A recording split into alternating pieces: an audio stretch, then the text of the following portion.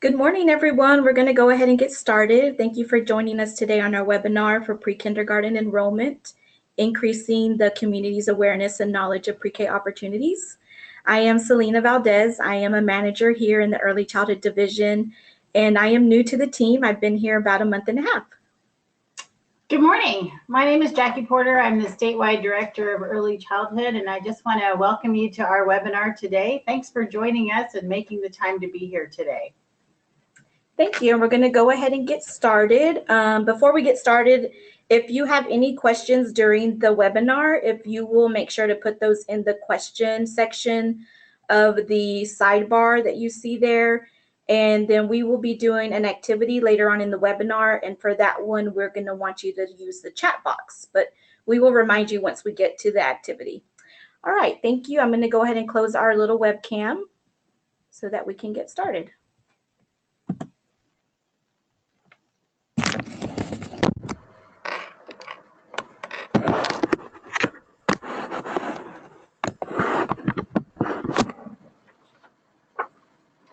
And I also wanted to let you know that we have Scott Bodner. He's our other manager in the Early Childhood Division, and he will be moderating the chat box as well as the question box. So just to let you know that he is here to answer any of your questions that you have. All right, so we're going to get started.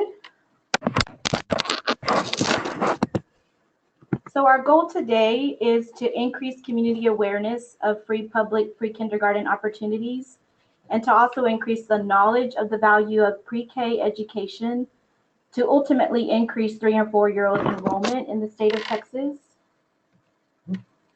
We are going to focus on 2 key topics today. Those topics are awareness of free public pre-K programs and also knowledge about the value of pre-kindergarten education.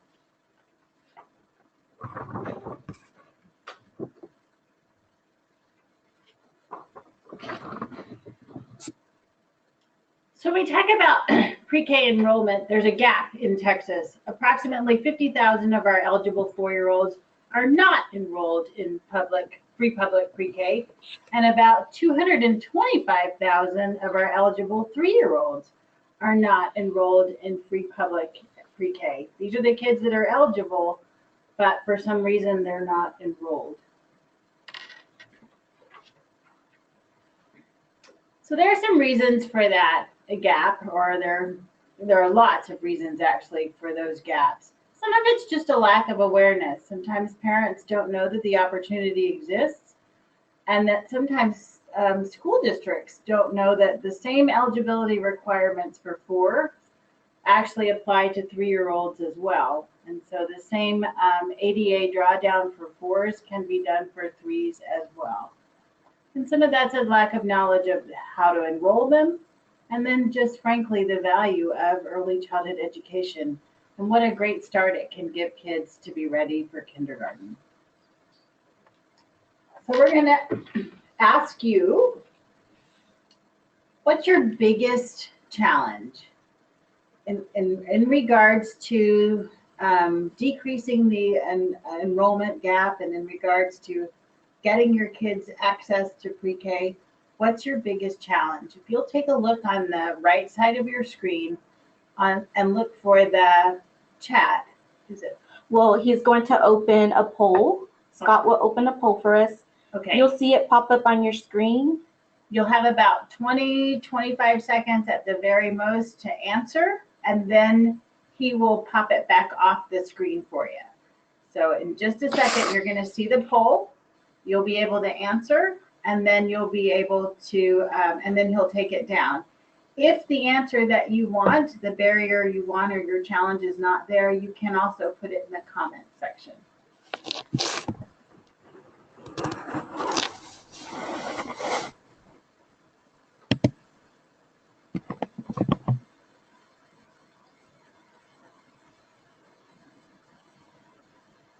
Okay, so far it looks like 32% say families don't value the importance of pre-K. That seems to be the highest one so far. And we have 21% families don't know that their children are eligible. And that's tied with something else. So if you answered something else, if you would please type in what that something else is in the chat box so that we can keep track of that, and that way we will know how to support you moving forward with enrollment. We're almost finished.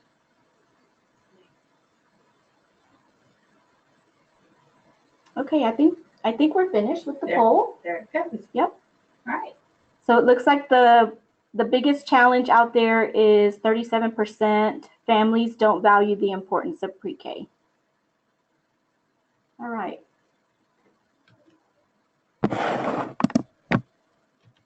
So today what we're going to cover are lack of awareness and lack of knowledge.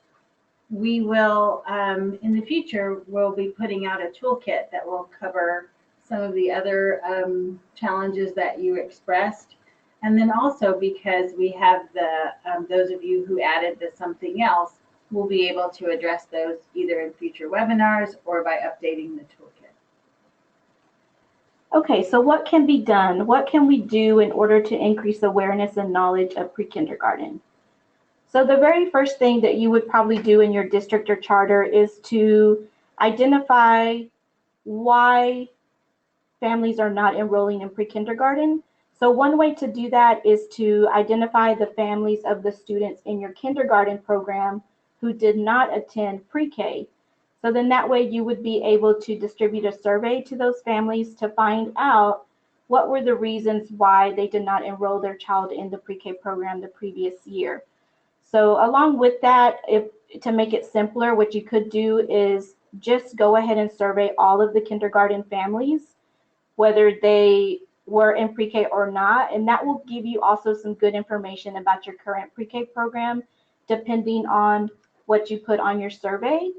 So you could have survey questions related to what did you like about the pre-K program if you did attend, and then questions about what were the barriers that you faced or the challenges that you faced, and why did you not enroll your child in the pre-K program in the previous year. So here are just some examples of some survey questions that you could put on there. It could be, was it lack of awareness that you didn't know? Was it transportation issues? Was it because the family felt the child was not ready, or that they didn't need it? Or were there language barriers in the registration process? Or it could also be that they've had past experiences that were not positive, either themselves being in school or just past experience with their own children that they've had attending in pre-K before. Or it could also be that maybe they were not in your public pre-K program, but they were in a child care center. So if you find that many of the families responded that their child was in a child care center, that would be a great opportunity to look into some partnerships. And that's something that we here at TEA can help you with.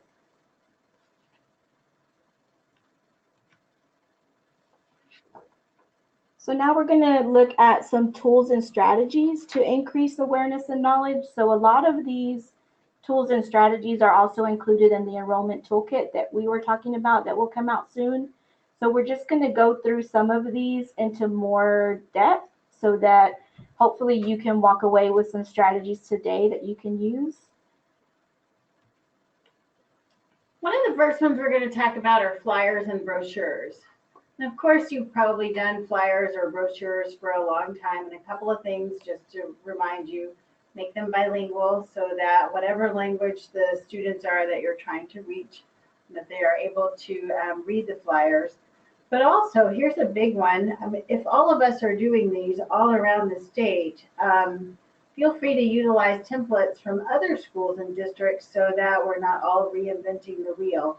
In fact, we have several that are in the toolkit that's coming out, but if you're willing to share an example, a flyer example from your district at the very end of the webinar, our email addresses will be there, and we would love to add your template to our website so that other people can utilize that. So here's the big question though. where are the best places? Where do you get the best bang for your buck in distributing flyers? And so what I'd like for you to do is, I think, are we going to answer garden? Yes. So what you will do is Scott is going to put this link in the chat box so that you can easily click on it. We're going to do this little activity. When you click on the link, it will open up a new screen for you so that you can type in places where you distribute flyers that have worked for you. So let's let him get the link in and we'll go from there.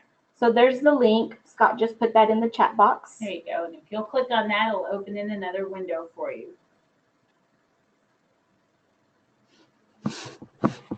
So what I'm going to do is I'm going to go to my link. Right, and where it says type your answer here, you're going to type the places one at a time where you distribute flyers. So perhaps the public library. And you just type it in and paste it in. There you go. Keep going. Great, keep going. Type all the places that you, and we'll keep refreshing it.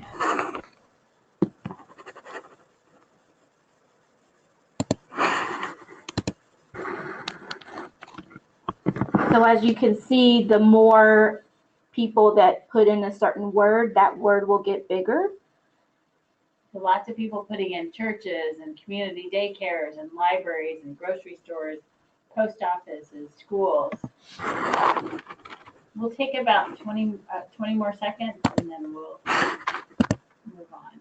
There you go. Wonderful.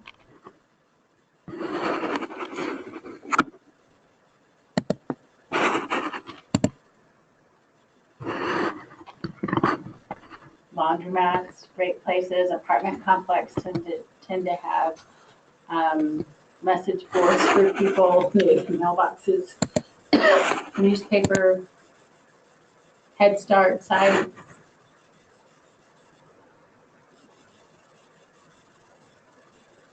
These are some great ideas, some that I hadn't even thought about. Beauty salons, senior living centers. So you'd probably want to focus, and we can save this and probably send it out so that everybody can have it. But you would probably want to focus on those little words that aren't really getting so big, because the big ones are probably the ones that we most commonly think to distribute flyers. But if we really focus on the smaller words, those will probably give you some new ideas on where you can distribute flyers and where you can do outreach. Right. I think I also saw Facebook. Facebook for sale. Oh, okay, yeah. The Park and Rec Center typically does summer care. So that's a good place. WIC clinics, the Housing Authority, all of those are great places. The one that we found that netted the best bang for our buck here in Austin was the utility bill. We put a flyer in the utility bill, and there it is. There's one right there. Many people responded to that flyer. Okay, great. Thanks for participating in that activity.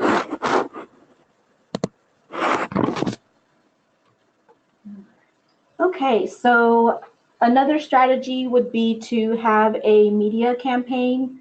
So I know lots of districts out there have been doing this, as I've been doing some research, and I've noticed on YouTube, I've seen lots of TV and radio spots that districts have done, whether it's their own type of TV advertisement or whether it's through the local news station. So that's a great idea as well. Also, don't forget about social media. Lots of our families are on social media right now, so that's a great place to reach out and spread the awareness of pre-K and how to enroll and about registration. Also, your local newspapers, billboards, street banners, school buses, and also having a designated pre-K hotline. So we've been seeing that districts have been using this strategy. For example, and we'll show you in just a minute a picture of one. For example, having a number that's easy to remember, such as 123 pre-K, depending on what your your phone numbers are, but that would be easy for parents to remember. If it were on the billboard or even just on the flyers, that would be easy for them. So here we see an example in Fort Worth ISD. They are using their school buses as advertisement for their pre-K program. So isn't that neat? So I'm sure the buses are all around town, so you can reach tons of people that way in your community. And then we see here pre-K for SA. If you'll notice, they have a designated enrollment hotline right here. So that's also nice, as well as a designated email for enrollment here. So that makes it easy for families to be able to submit their questions that they have, and that way Pre-K for SA will know that they are answering those questions and they're not just being sent to some generic email address that maybe the people in the district don't really know how to answer the questions about pre-kindergarten. I also wanted to point out that right here on their website, they also have Why Pre-K. So that goes along with increasing knowledge about the pre-kindergarten program and really highlighting for families the benefits of their program.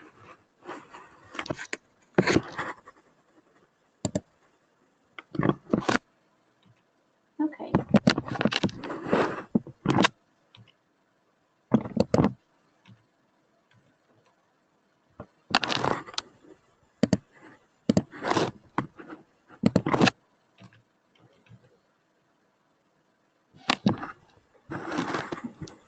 Okay, so you'll just bear with us just a moment. We're trying to move on.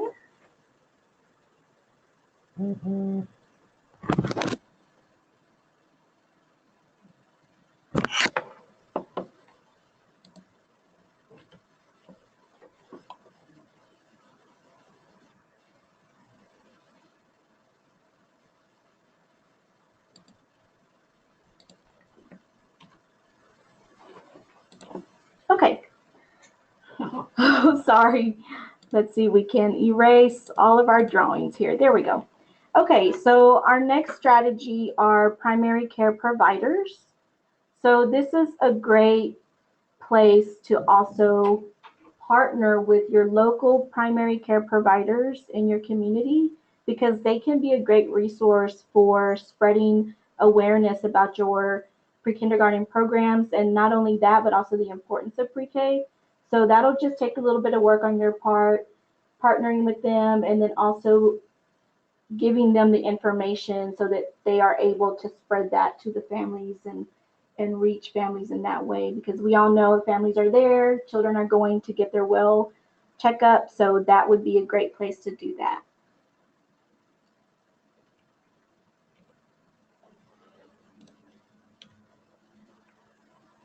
And also, we don't want to forget about using our families. They are our greatest advocates when it comes to awareness and outreach. So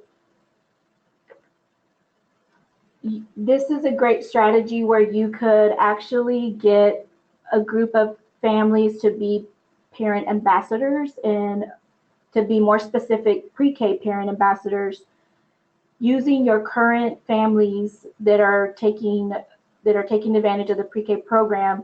They can help you with outreach efforts in order to promote pre-K, especially if they've had positive experiences, right? So we want to remember that customer service doesn't stop whenever families get into your pre-K program, but it actually continues, because those families are going to be the ones that are going to advocate for the program and to tell other families about the benefits of the program.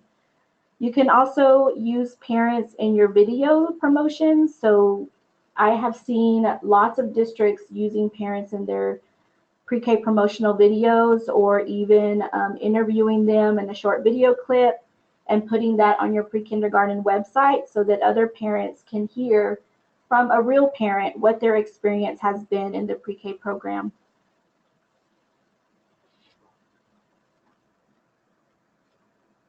So we are going to show you an example of what that would actually look like if you were to have a parent help you with a promotional video. So we're going to see this video here from Weslaco ISD. And you are going to notice that they have used several of the strategies that we've mentioned so far. So let's take a few minutes and we will watch the video.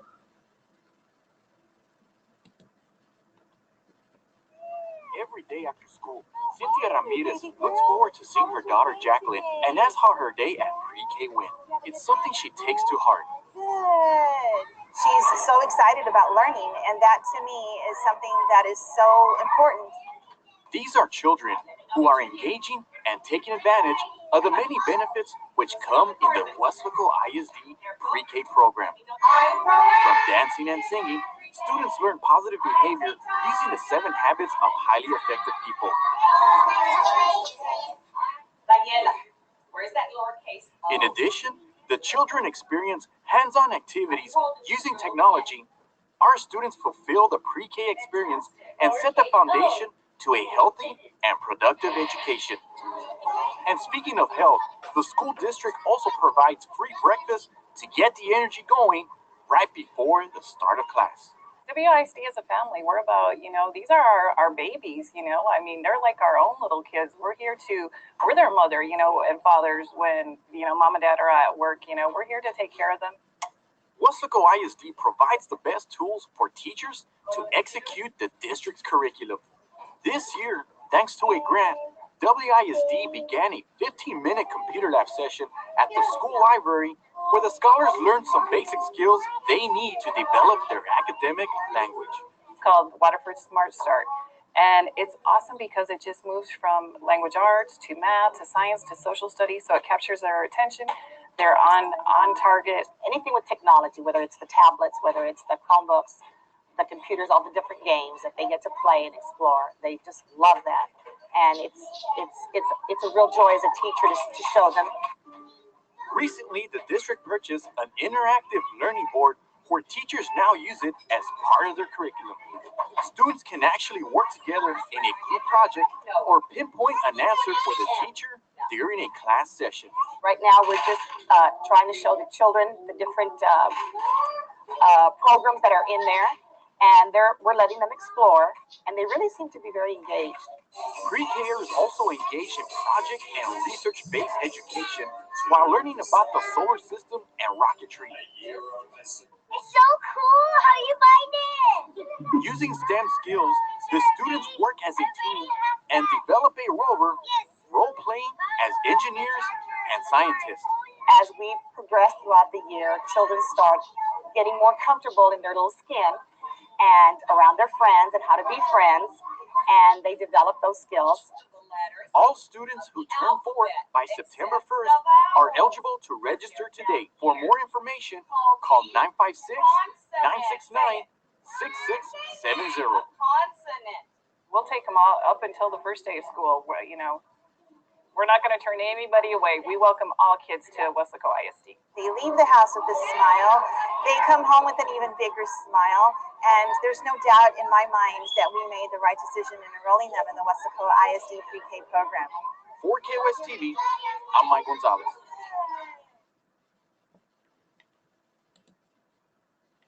Okay, so hopefully you enjoyed that video. I think it was just really great the way they included the parent in their promotional video, and also how they mentioned the benefits of the pre-K program. And along with that, they even highlighted some of their specific benefits in their own pre-K program that they were doing, as well as you were able to see actual footage of the pre-K classroom. And so that kind of gives parents a feel for what their child would experience in their pre-K program. All right, so there are a few things to consider whenever you are doing outreach. You want to be sure that you are considering children with special needs and English language learners. So making sure that your material that you are creating and your videos that you have, that they are in the language of your community. Then you want to consider family education, cultural background, and the knowledge of families. And also, we want to remember that empowered community members represent a great resource to impact both outreach and education efforts. So there are lots of community organizations out there who are willing to help and willing to be a support system for you with your enrollment process. Not only that, but remember that TEA is here to support you as well with enrollment. As we said, we will have our enrollment toolkit coming out, so hopefully that will give you more strategies for helping you with your enrollment efforts, as well as the region service centers are also there to support you. And don't forget to call on other districts around you that may be struggling with the same things that you are, and they may have tried some things out. So that would be a good place to see what else you can learn from other districts. And then also community organizations that are willing to help. So with that, we do have a guest speaker today from a community organization here in Central Texas. So Laura Kenning is with E3 Alliance, and that's a regional data-driven educational collaborative that's based here in Austin, Texas. And what they do is they do work called Collective Impact, which requires a broad range of community representatives all working together to achieve lasting systemic change. And Laura is their director of school readiness.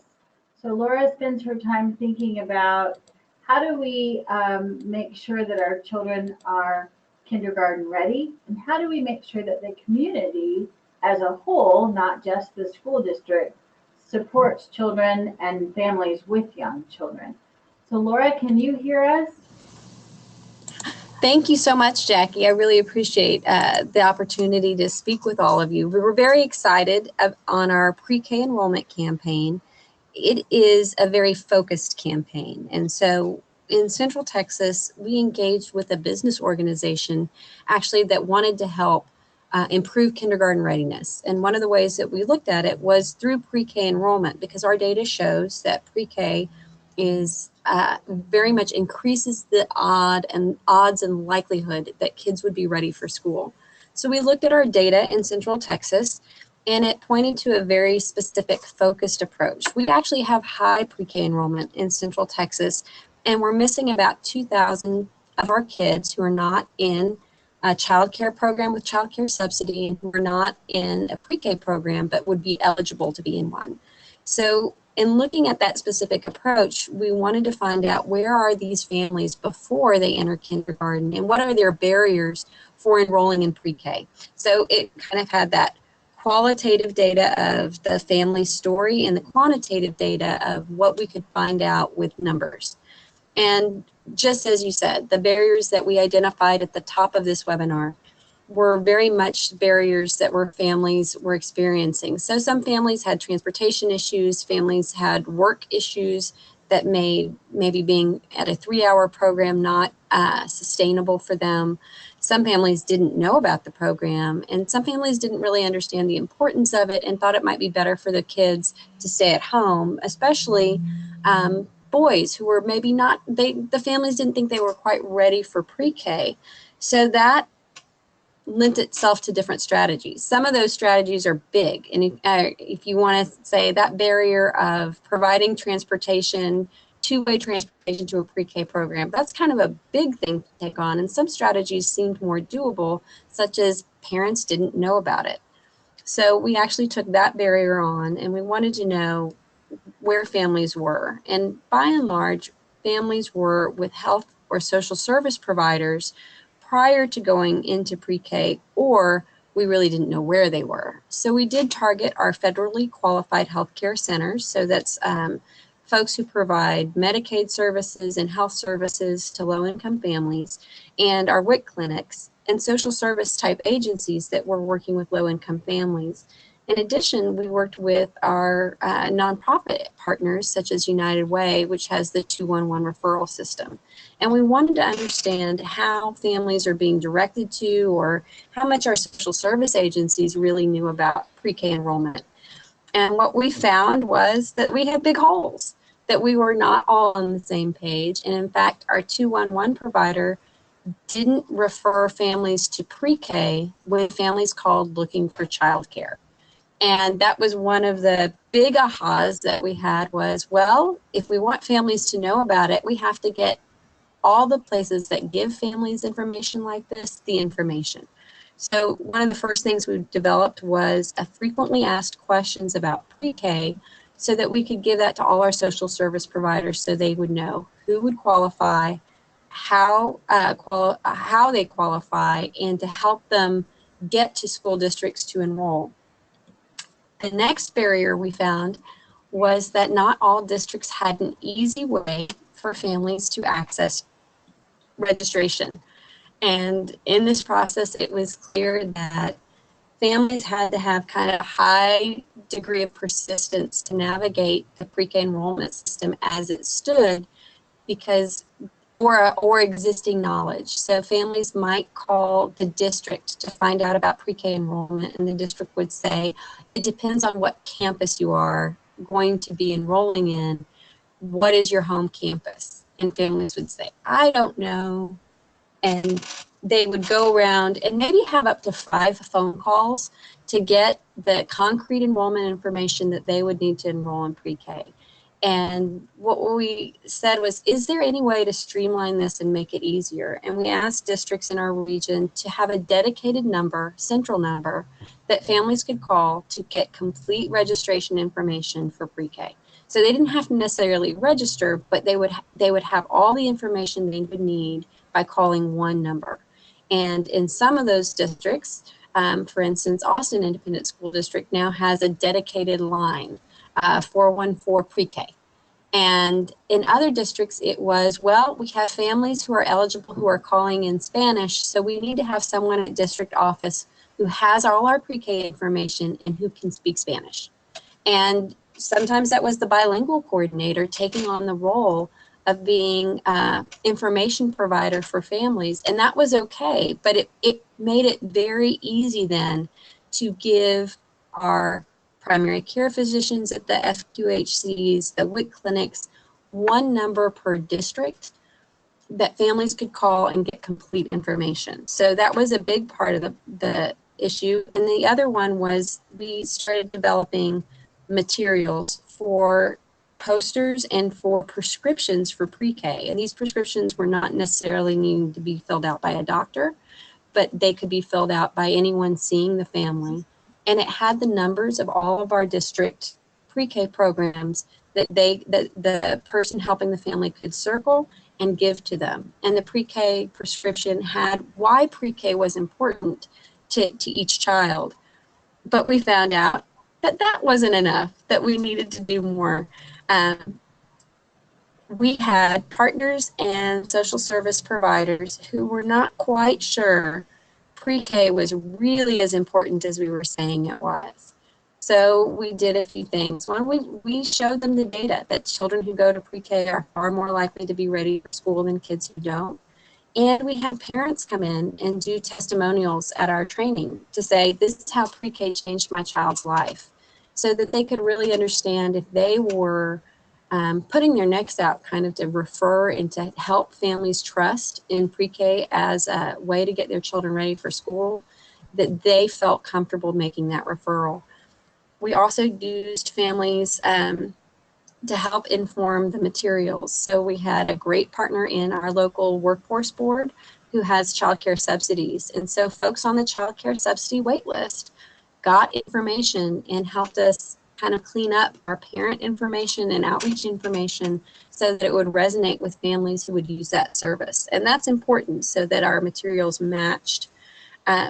So that combination of having a targeted population, looking at where families were before school started, making sure the referral process was streamlined for families in the system, and that it connected to parent point of view was all essential to having our pre-K program.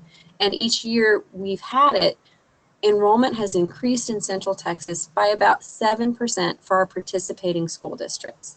And it's not only that, our districts have also done their own outreach and information, but it was very key. And we have we have a lot of the materials in English and Spanish, and we also have posters in English, Spanish, and Vietnamese.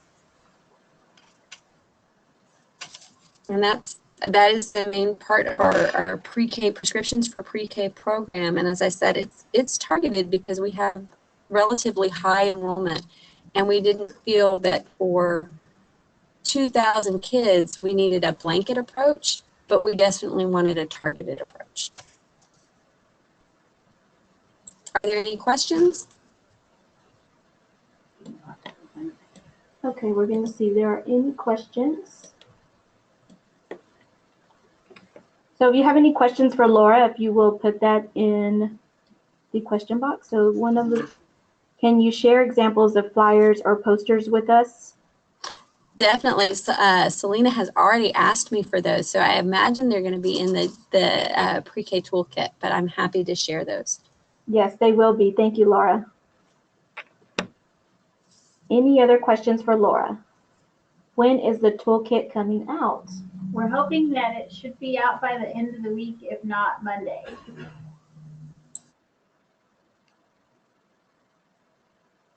What has been your most effective Spanish language strategy?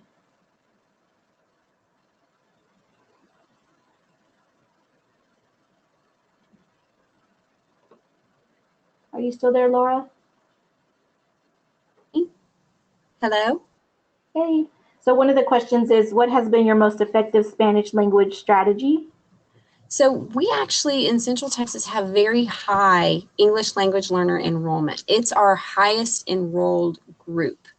And so it has not been necessarily a targeted population of these, but what we felt for all families was that you needed to have trusted representatives really speak to them. So all of our materials are in English and Spanish. We have a very high Spanish-speaking population actually in Central Texas, and so all of our materials are in English and Spanish.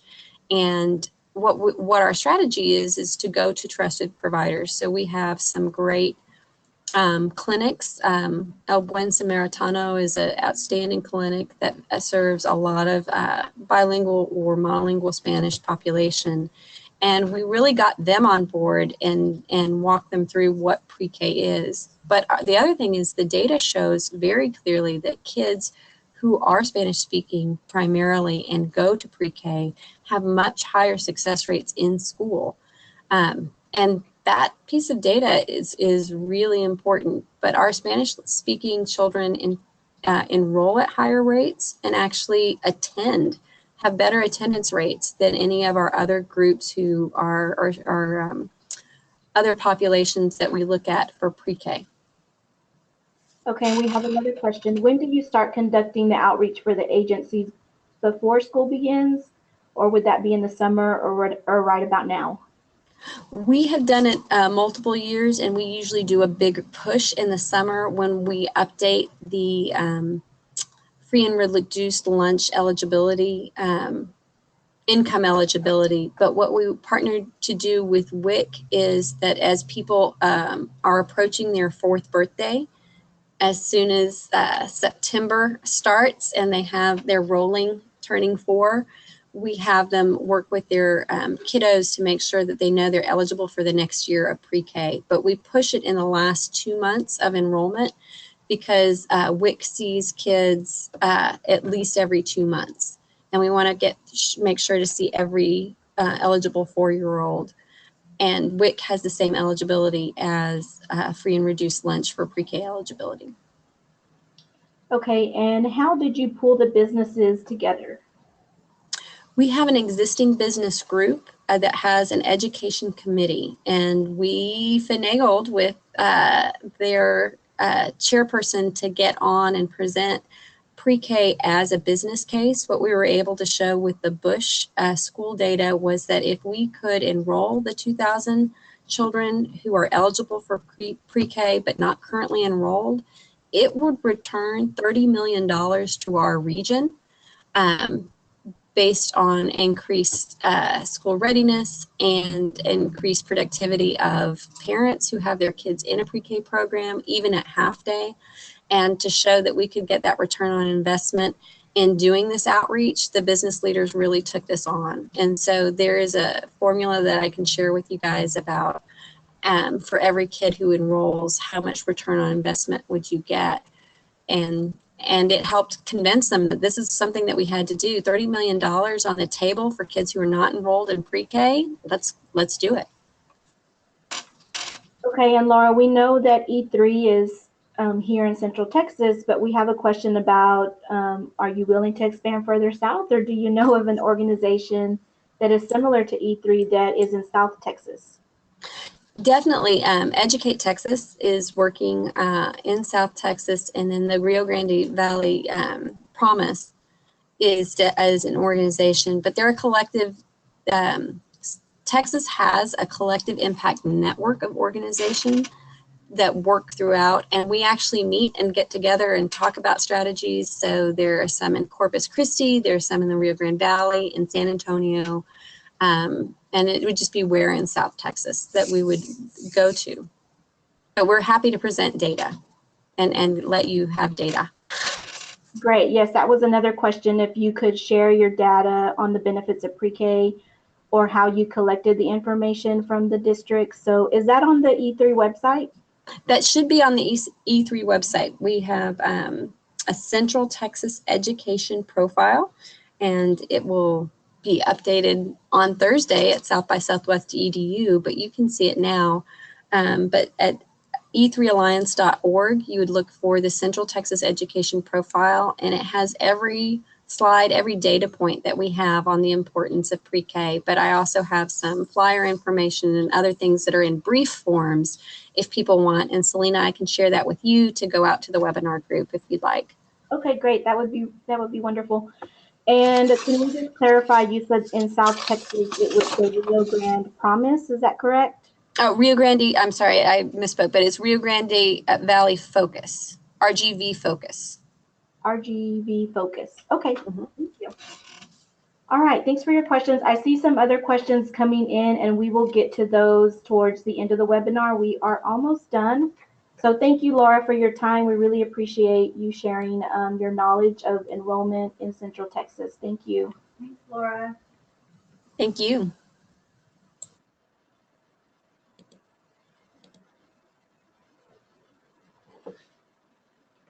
Okay, so we are going to continue.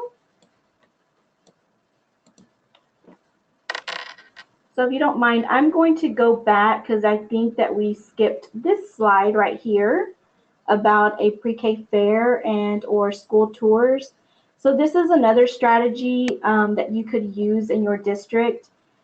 And when we think about events for pre-K, usually lots of districts have what we know as back to school night. And a lot of these types of events happen after families are already enrolled. But if we really want to recruit new families into the program, then we'd want to think about having events before the enrollment process begins. So a pre-K fair in this context would be an event where families would be able to experience what happens in the pre-K classroom.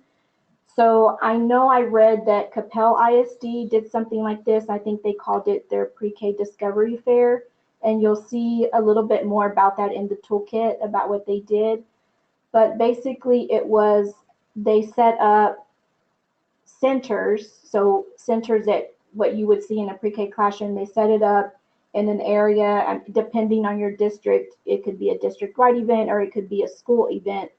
But the centers were set up and families were able to actually do actual activities that their children would do in the pre-K classroom. So that was great to not only increase awareness, but to also increase knowledge about the learning that takes place in the pre-kindergarten classroom. And then another strategy could be a school tour. So this would be a little bit different than the pre-K fair in that it would just be a tour that would happen during the day. So right now would be a great time to start having some pre-K tours at your campuses or in your district so that families can actually get a really good sense about what their child would experience on the campus. So really getting a feel for the school climate and the school culture and understanding the procedures that happen in the school. So being able to see the cafeteria and actually see kids in the classroom in action. And then both of these both of these events are really great for building relationships. So we talked about those families who may be a little hesitant or uncomfortable with sending their child to school. So this is a great time to start building those relationships with those families and hopefully them taking part in your pre-kindergarten program.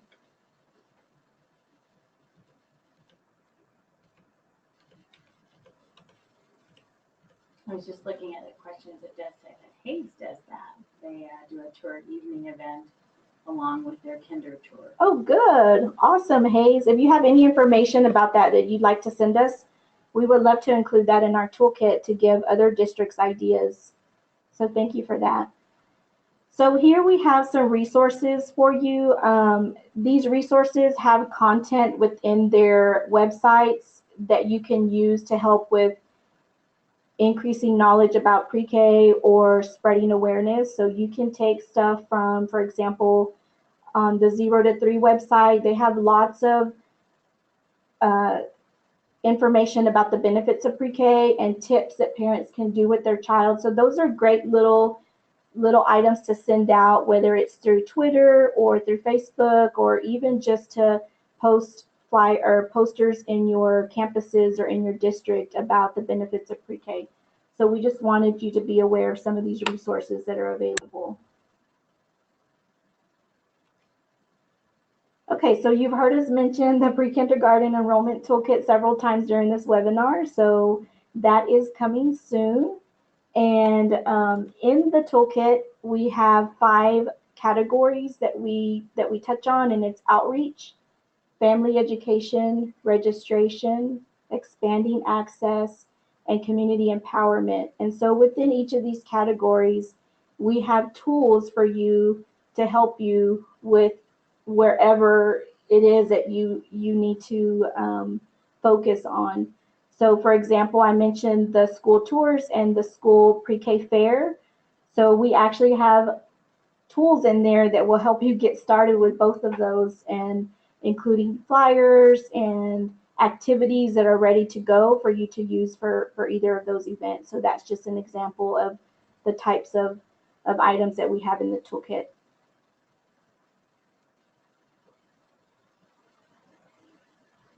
Okay, so we are at the end, and we just want you to keep in mind that increasing student enrollment and high quality pre-K programs across Texas is a high priority. And by utilizing the different resources that we've shown you today and involving the families in your strategies, we should be able to expand both the awareness and the knowledge of pre-K education in Texas. So now we have some time for some questions. So it looks like we have several questions coming in. So let's see, and some of them Laura already answered. So let me just go through here and see what we can answer for you today. One of your questions was about the partner, can you go down one?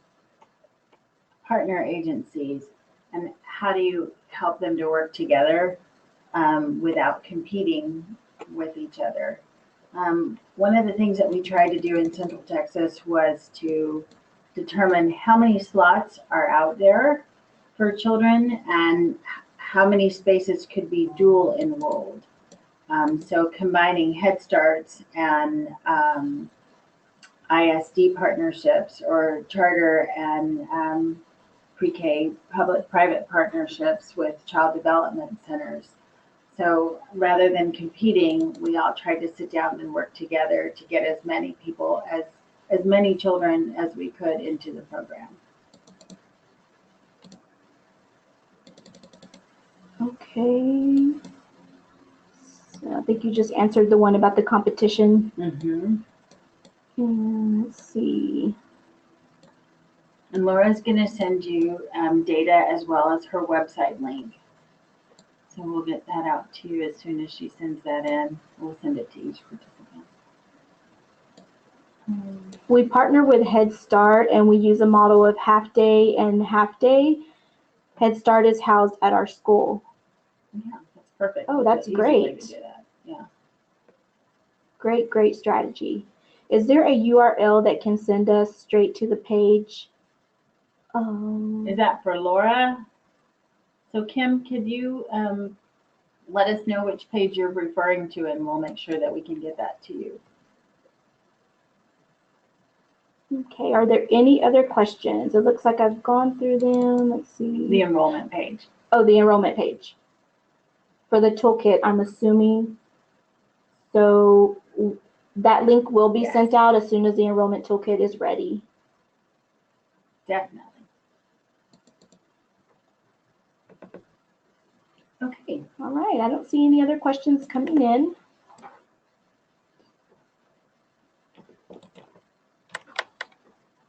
All right, so you are welcome to send any questions regarding enrollment. So if you have any other questions that come up or that you think about, you can send them to our early childhood education email address, earlychildhoodeducation@tea.texas.gov, and then that will be available on the TEA website. Here is the team for the Early Childhood Education Division if you need to contact any of us. Or if you'd like to send some of your examples, we would love to have them. So you can send them here or the early childhood email. And then I also see that Laura has put the E3 Alliance URL on the questions. Okay, great. Yes, thank you, Laura, for doing that. All right. All right, so the next webinar in April will be on data reporting. So we look forward to having you joining us on our next webinar. And that concludes our webinar for enrollment. So thank you for joining us, and we hope you have a terrific Tuesday. Bye-bye. Bye.